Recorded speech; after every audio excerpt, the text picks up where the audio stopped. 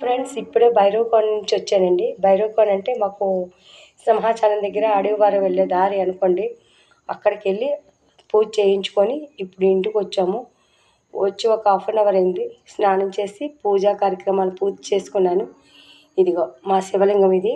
ఇది మా ఇంట్లోకి వచ్చి 50 ఇయర్స్ అయిందండి. ఇది మా తాతగారి దగ్గర నుంచి ఈ శివలింగాన్ని పూజించడం మాకు ఆనవాయితీ. విభూదితోని అలాగే చందనంతోని కుంకుమతోని అభిషేకం చేశానండి దీన్ని.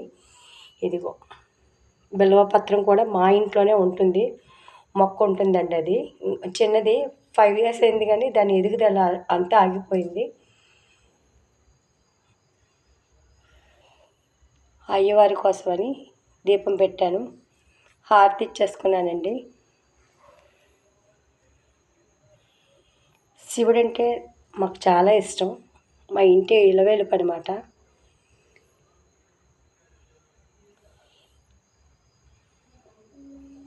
చూసారా?